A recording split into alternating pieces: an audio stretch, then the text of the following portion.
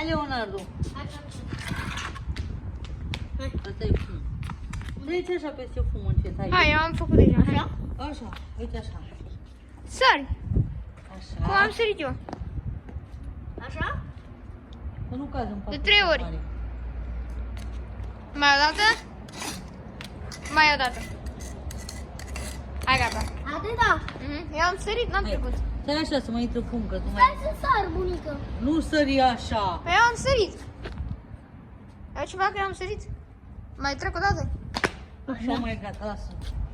Lasă, gata, să punem în spate. Lasă să acolo. mai Hai, trec o hai, dată. gata, să ducă fumul pe voi. Hai, hai. Nu mai mă bate. mănâncă să plin. Bă, da, că tu mai mănânci. Chici. Așa, așa, așa, așa. Să nu te mănâncă nimica. Ce să nu mă mănâncă? Așa prin la vară când umblă, hai stoare. Ba, Cine e? Nu știu. Ia vezi.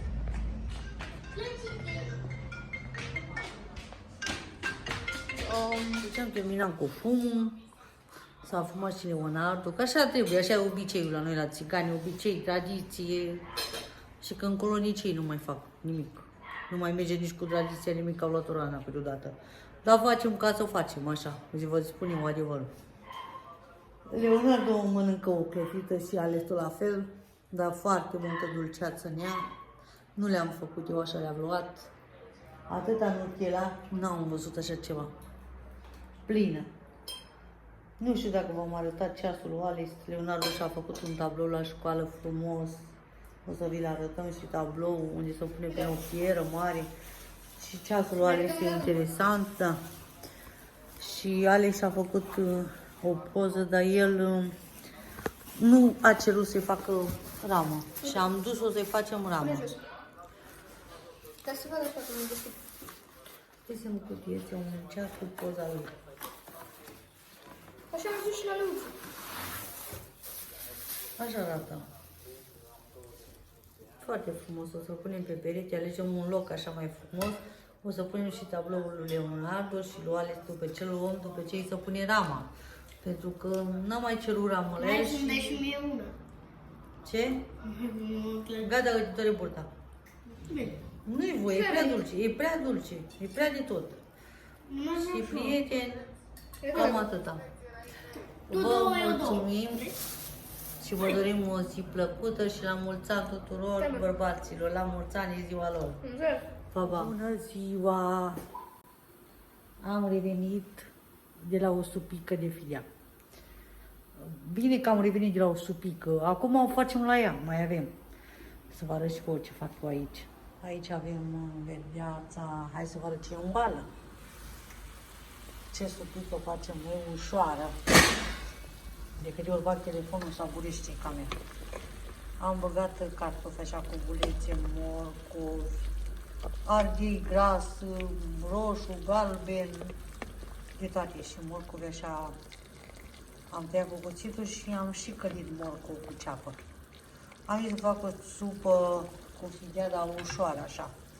Aici avem fideluța care trebuie să o punem și verdeață. Și cam atât e ciorba asta, ușoară. Nu mai punem absolut nimic la ea, are de toate. Are sare, are tot ce trebuie. Și avem pe aici pe neamișulică. Eu trebuie să mă sui puțin, nu pot să iau din ceva ca să bat la lată. Că să strică, gata, a venit căldura. Am început să drăncăn telefonul. Să-l lăgăne așa cum făcea Alex. Neamișu face găciția, mai tăiem din trandafiri, din vie, nu încă, pentru că e frică cu scara, mai durează. Până la urmă vedem, trebuie o scară mai stabilă, mai trebuie din crengile ăștia, din acumul ăsta. Am zis că ai intrat crengile în casă. Hai de cafă. Ce e acolo? Trebuie oameni să țină scara, nu e așa ușor acolo la cabină unde ai intrat. Bine, mișule, creanga asta așa trebuie de lungă? Asta. Păi de lăs-o mai scurtă, frumos, ca să aibă. E prea lungă. Lasă de jos, ia-o mai așa. Păi cum știi, matala, cum ai tăiat la cumbean acolo.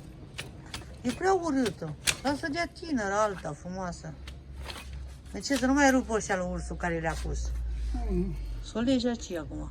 Asta nu lasă așa, că Mai? cred că două frumos. Așa lungi. Da? Fotografii nu trebuie tăia de jos și e frumos. Trebuia asta toamnă. Asta toamnă. Nu acum. Păi era cine a mișle, dacă știi, puteai să ne le faci. Asta e uscată, asta. Nu e uscat. Nu e uscat. Asta e verde. E verde, dar tăie jos cele uscate. Asta e verde, uite. Dar ăsta uscat, care nu mai e bun și ăsta de aici. Și ăsta, tai de aici, și uite ăla. Bum. Tai ce e uscat, așa, vezi ce învăț eu? Uite, mai e uscături, uite, mai e uscături Nu, aici, vezi, că mai da. ai și ăștia, Nu, uite când și da. ăsta. Nu, când pe mea am făcut 25. Păi nu mai lăsa, lasă așa numai ce-i verde, ia uscăturile alea ce sunt, așa, așa. Dacă puteam să iau asta cu cealaltă. Păi da. Ia și ăsta că e uscat. Uite, e uscat. Așa. Așa, ca să fie frumos. De ce le tăiem? Ca să le tinerim, să le facem frumoase, nu? Avem de tăiat mult, avem vii, avem pomii, la mine în față trandafiri, acei pomi. E mult de tăiat, trebuie să le tăiem așa frumos. Via asta care o avem, care ne-a lăsat-o Dumnezeu. Ia și ăștia crengile care ajungi fără scară. Ca să nu le mai iei, atunci să le iei numai pe sus. Păi da, și o pui după aia. Că știi, când o fi cu scara, luăm ce cu scara. Ce se poate lua acum, luăm acum, mai ușor. Să nu ne complicăm.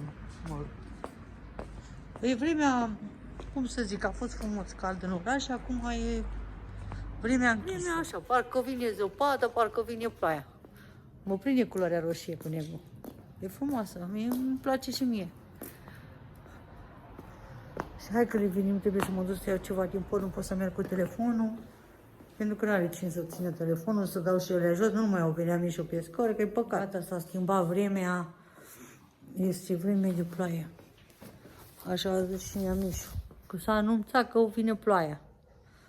Asta e, lasă plouă, ce să facem, ne punem noi înaintea lui Dumnezeu.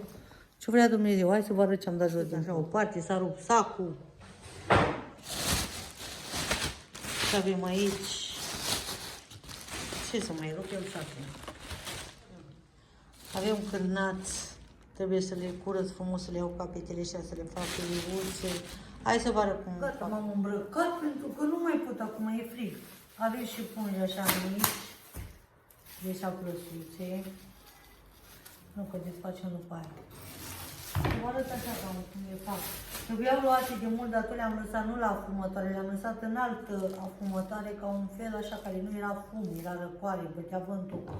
O plasă de sârmă așa închisă în pod acolo, dar trebuia să le iau de mult pentru că sunt așa de uscate de... Cine le mai mănâncă? Mai, ne rupem dinții. Vă dați seama cum sunt?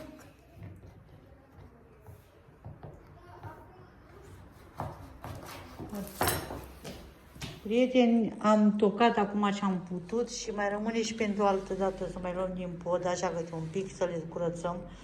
Uitați cum am făcut carnea asta. O punem în puș pentru că se usucă prea de tot în pod. Ăsta este un